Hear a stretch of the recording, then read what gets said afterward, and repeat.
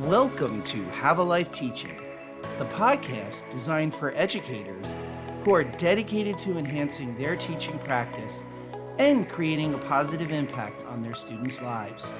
In each episode, we'll dive deep into the world of education, exploring a wide range of topics related to curriculum, instruction, and assessment in K-12 schools. Together, we'll learn from the brightest minds in the education field. So if you're a passionate educator who's ready to take your teaching practice to the next level, join us as we explore the exciting world of education. My name is John Shimbari, signing in and saying, let's have a life teaching. Hello, everyone. Welcome to another episode of the Have a Life Teaching podcast. As a consultant who works across all content areas, one of the things that I look for when I go in and coach is to see how teachers are making learning hands-on. I love it when I see the use of manipulatives, such as learning blocks or tiles. I thought it would be a great opportunity today to talk not only about how to use physical objects like manipulatives in learning, and again, not just in math, but also in ELA, social studies, and science, but to really tie that into the conversation of creativity, student engagement, and playful learning. My next guest is Thomsen. He is Director of Education for LEGO Education, and he is also the former Vice President with the LEGO Foundation for Learning. He's definitely very well positioned to talk about play and learning. Bo, thank you so much for joining us today. Absolutely. Thank you so much, John, for hosting these podcasts. I'm really looking forward to it. Likewise. I've been a big fan of LEGO ever since I was a kid. It's a real joy for me also to be speaking with you. So, how did play and learning become an area of interest for you? And how did that lead you to working a good part of your career with LEGO in one form or another? It's something I often reflect on because you sometimes don't really know what life brings and what your journey is. But there are three parts to it. The first one is when I grew up in Denmark, my childhood was very play-based. I grew up in a forest environment, very explorative, opportunities to play and create and make things. I think I've always strived for that kind of experience of testing and trying things and exploring, and that was very much supportive in my childhood. Secondly, my educational background is a combination of design, architecture, and engineering. So I've always been interested in designing and creating and making things, whether it's objects and materials or buildings or environments. But through that kind of experience, I realized that when you make great things and play with them, you actually understand things much deeper than you're just listening to things. This process of designing kept me really interested in the third part of my journey, which is around the studies around learning and the use of materials and technologies. So for many years, I studied in various countries. How do this concept work for children? What do they use materials for? And how can educators use it? So that brought me into leading the LEGO Learning Institute in the company many years ago, and then into this journey of leading research in the foundation and now education team here. Right now, my interest is how do we equip young children and students to have that interest in science and STEM. Bo, we've talked about your background in play-based learning. Could you talk us through some of the benefits of play-based learning? Why is that actually helpful for student learning? Yes, it's a very good question because many times when we think about learning and playing, they sometimes come up two opposites. Play is very individual, subjective, about freedom and doing whatever you want and driven by intrinsic motivation. And learning is often thought about particular topics and subjects that is in formalized education. The reality is that science says that learning and playing is completely integrated. For young children, it's how they understand the world. They take out manipulatives to understand what the world look around them. They manipulate, they explore, they test and try out things to understand it, to take things that are abstract for them and make it concrete. Something like mathematics is built on children quantifying, sorting things, taking things apart and counting and so forth. It's all a material science to that degree. Even language is around children role-playing, like building things and creating stories and talking about this to their friends and peers and parents. And actually, one of the key capabilities around playing is you are driving your own engagement and you're regulating your emotions when things are challenging. So it means that your ability to keep attention, similar to when you probably build with Lego bricks, you're so engaged, you're so immersed. And this process where you not only build things, but you solve problems, you create a new idea, you figure out how it works. So playing is the best way for children to learn. It's a natural way to do that. But we need to do particular things to make it work in formal education that makes it slightly more systematic. But it's a natural way for children to learn, and it should be for adults too. And I'm glad that you mentioned, Bo. We need to, though, do it systematically because, yes, we want to maintain that curiosity, that quote unquote student doing what they want, but it does have to be aligned to a purpose. Why are we doing this? You mentioned the word systematic. How do we do both? Because I recently had a colleague ask me, and we're going to get into a little bit more about Lego specifically. How does Lego talk about the benefits of unbounded, playful, play-based learning, but yet Lego does sometimes provide directions to teachers on how they could use the various products and supplies that Lego provides. Could you walk us through where that happy medium is? Absolutely. What we tend to see is that play exists on a spectrum where free play on one end is very important. It's where you test out your own boundaries. You create and make things out of your interest and what you see around you. And that is important because it drives your own understanding of identity and purpose and choice and so forth. On the other end, you have very directive, instructive, prescriptive practices where you usually sit still, being told what to do, and you get small opportunities to relate to a story or a topic. We feel, and we can see from the evidence, that there's actually a middle spectrum, more like the guidance, that is actually very effective for what teaching should look like. So in Lego education, we are committed to more systematize that approach into formal education where the learning outcome is given. A teacher needs to teach science or technology or math. They have a particular time constraint, a particular topic, and they introduce that to the students and say, today the objective is to try and test out concepts of force and motion, or being able to look at used particular type of technology, or counting and quantifying particular things. But they do that by giving children the opportunity with the materials to practice these concepts. So how would you find 10 items, count to 10, or how can you do multiplication with the materials around you?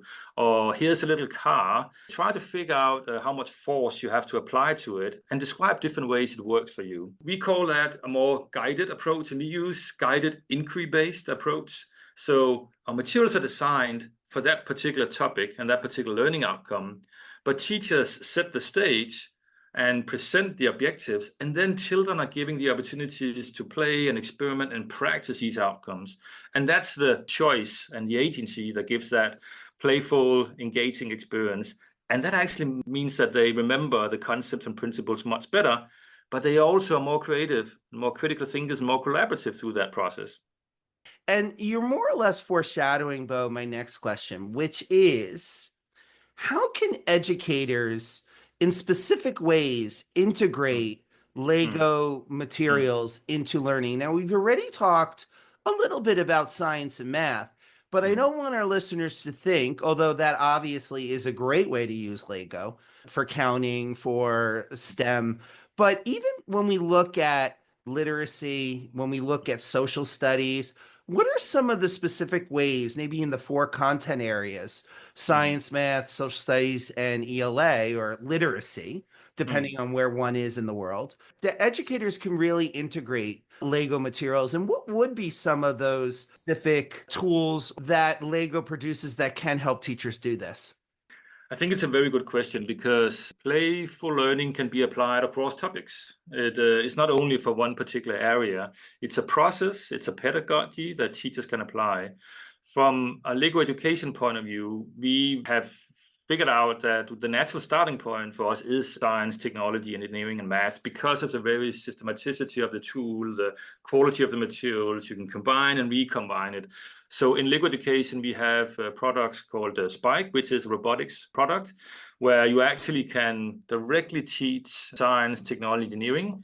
You're looking at the standards and the outcomes. You are supported with a lesson that guides you through a process where you equip students to practice these particular type of learning objectives, and you actually create many different ideas for it. We have a very strong focus on STEM, and one of the new things we're doing is actually making it even more outcomes driven and relevant and simple for educators for science.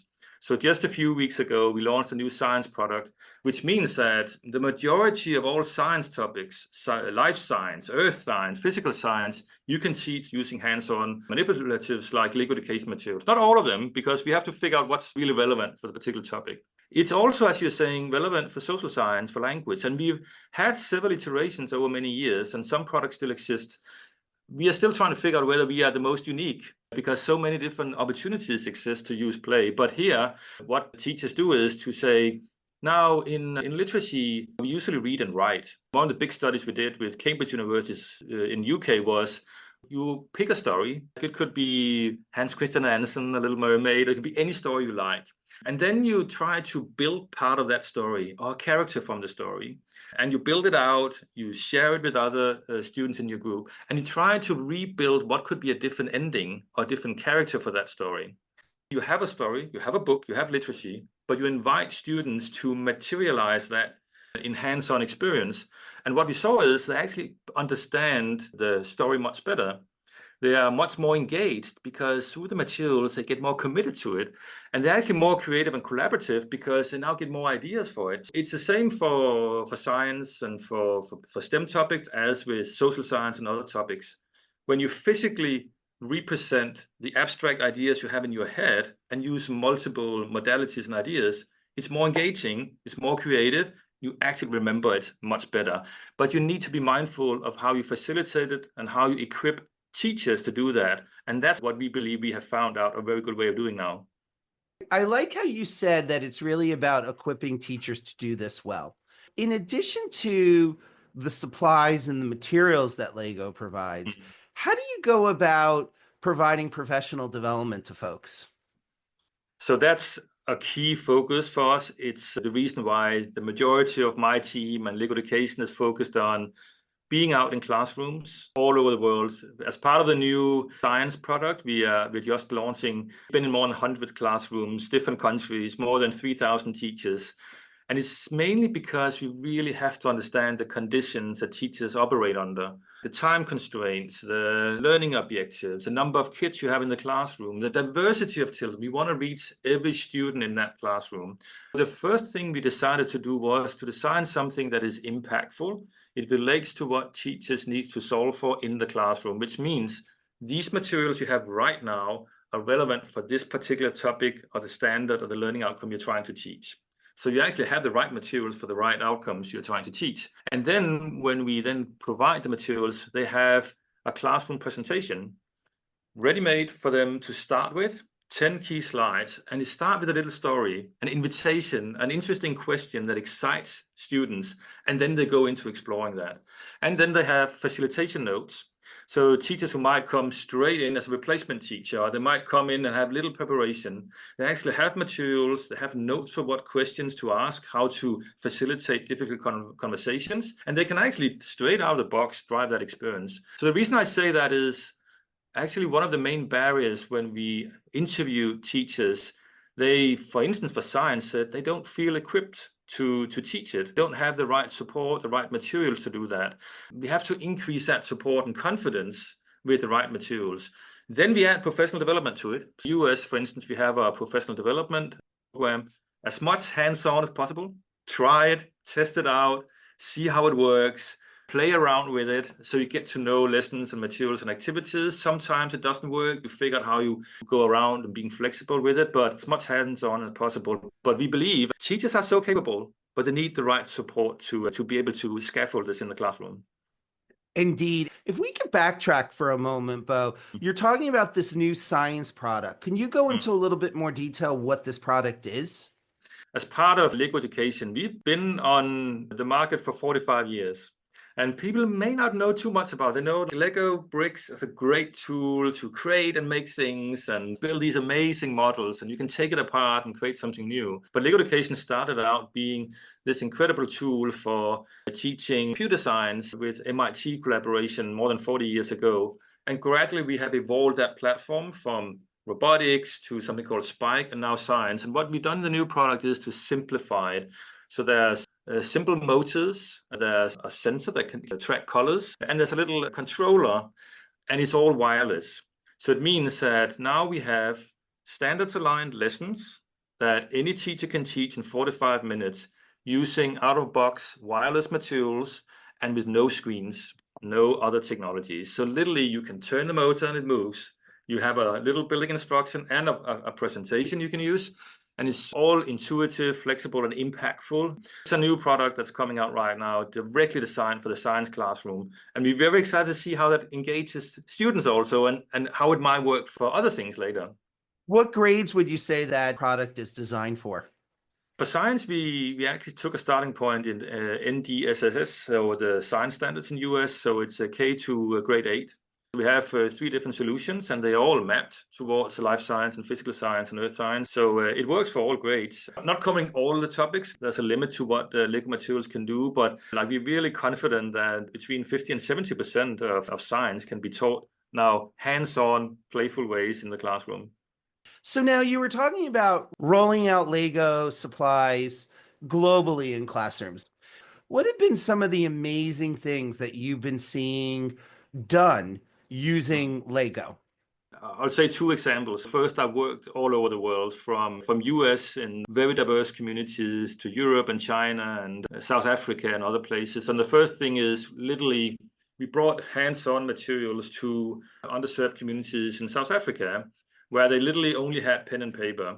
And then we brought Lego bricks as a manipulative to engage all students in cognitive, math, and different types of activities. And the key outcome was when children had manipulatives, not only were educators more engaged, because they've had more opportunities to engage and stimulate creativity and collaboration in the classroom, but more students were engaged in coming to school, engagement in terms of attention, but also more vocabulary and more science language. So manipulatives give the opportunity to give every student a voice and equip them to represent, to build, actually also learn topics more effective. So actually, this basic idea of giving children more hands-on opportunities, where Lego is obviously a very effective way and constructive, systematic way of doing that, is very important.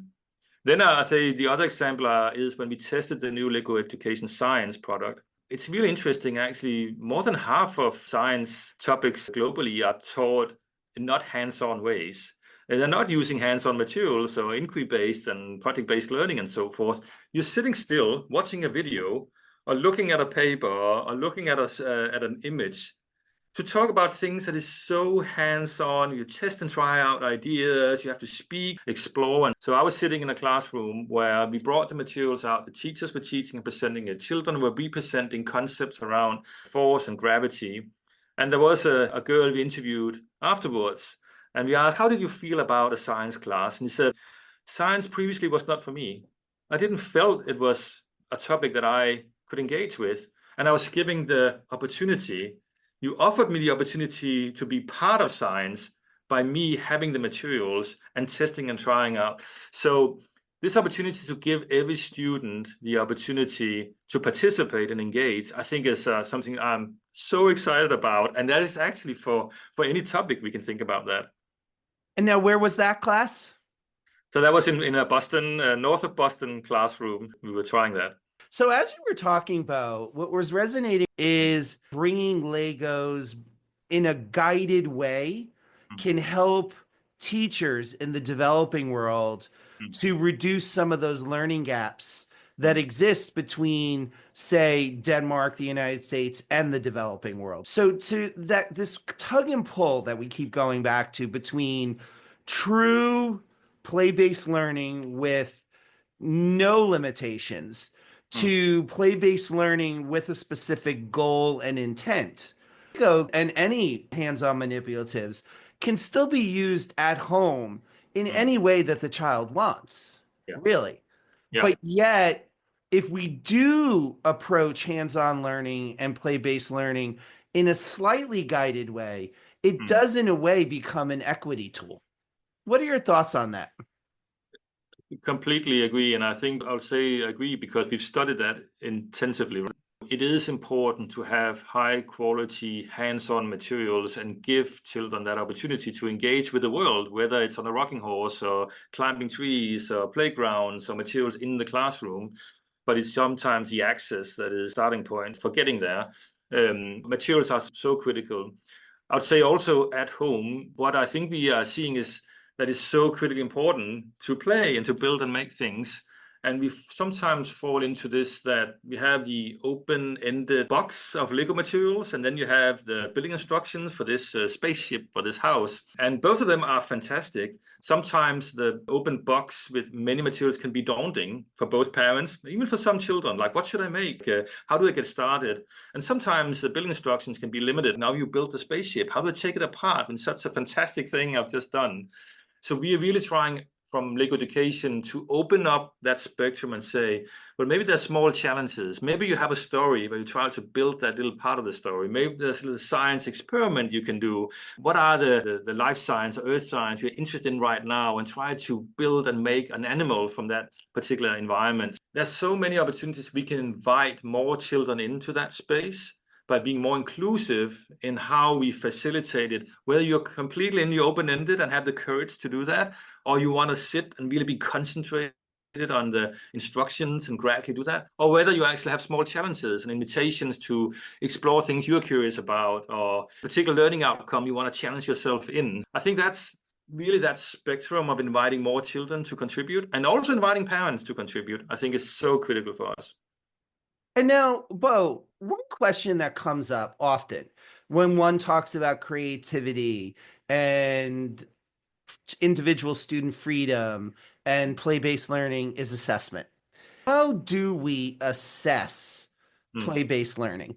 Assessments are important, and it's interesting when we look at assessment from a play-based learning point of view that it's usually much more formative. It's through the process of learning that you gain the most insight for children's development and learning. So what I mean is children using Lego materials, they document what they do. They literally build a little model of life science object or a little thing that can move. So that's actually assessment, that you can physically represent the thing and the learning objectives you are trying to understand, and then compare and discuss that. So that's the most important part of assessment. And that's what we are trying to support with the materials. It actually inquiry-based project approach where reflect and evaluate at the end is so important. But generally what we encourage is also that children give each other feedback. They comment on each other's things they create. They're able to adjust and learn from each other. The other part of assessment is still relevant, like summative. Teachers need to know how far you've come across a term and so forth. But what we see is you probably need to limit that and only focus on where it's most useful, because most of the insights and data you can get is in the classroom. It's in the process of learning that you can get that material, that input. So we are more in the process-based assessment, and Lego Materials is a great tool for that. And what question we hear most often is, well, I know probably how children do in science and engineering and math, but because there are some assessment for it. But how are children creative and critical thinkers and collaborators? And we say, well, look at the classroom. Are children coming up in new ideas? Are they collaborating? Are they sitting individually alone? Are they actually critically reflect and changing things? If they're not, you don't support creativity and critical thinking and collaboration.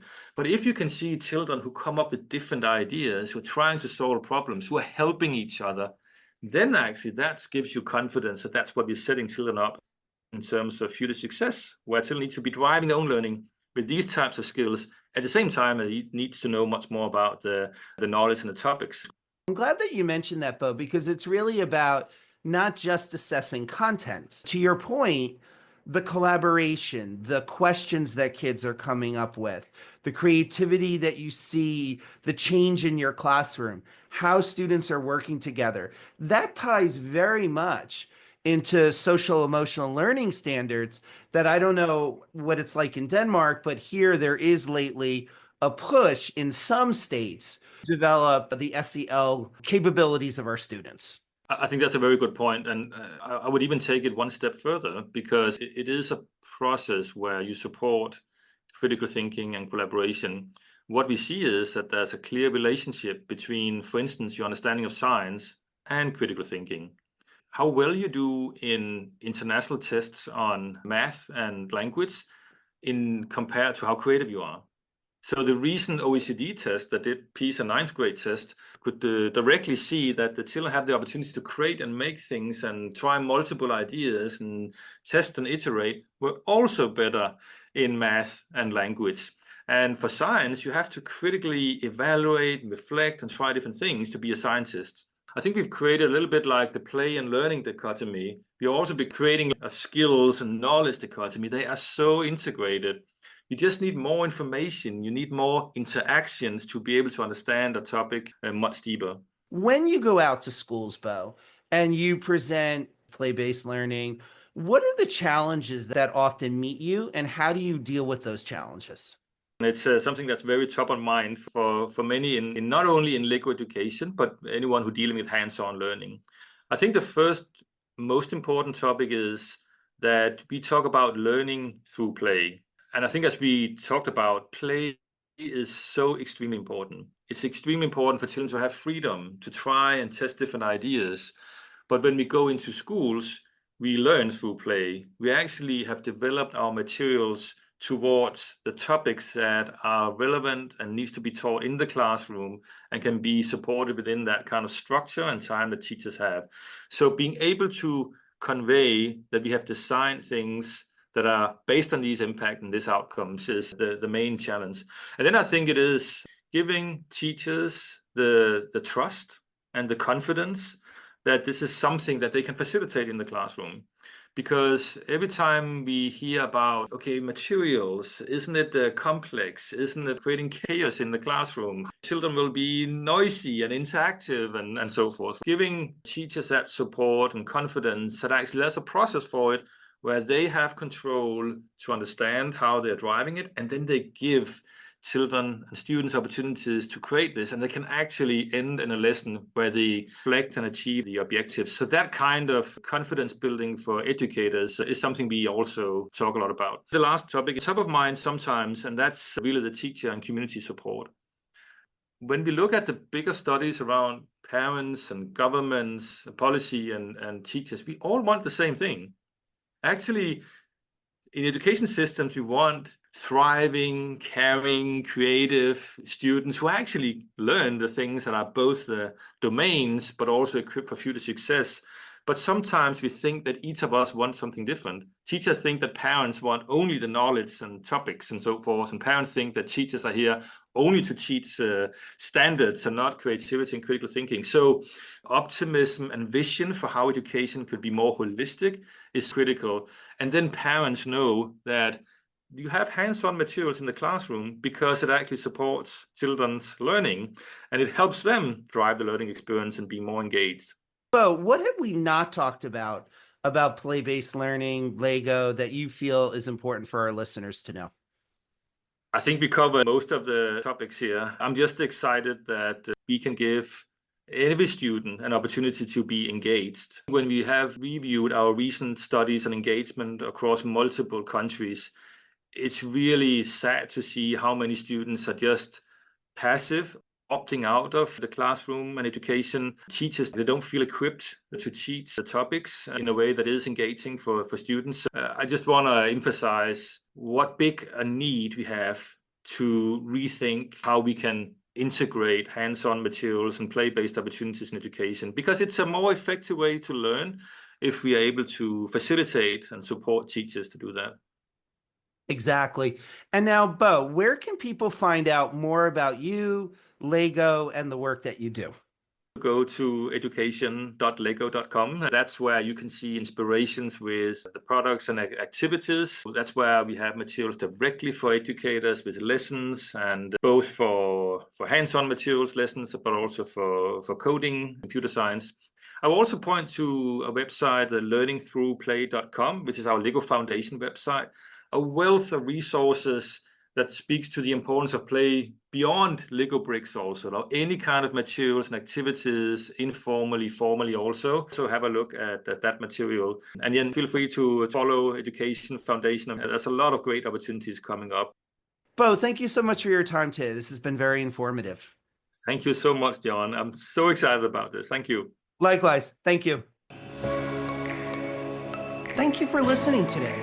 I hope you got some great tips that you can bring back into your teaching. Remember, have a life teaching without sacrificing your own. Also, don't forget to subscribe and be well.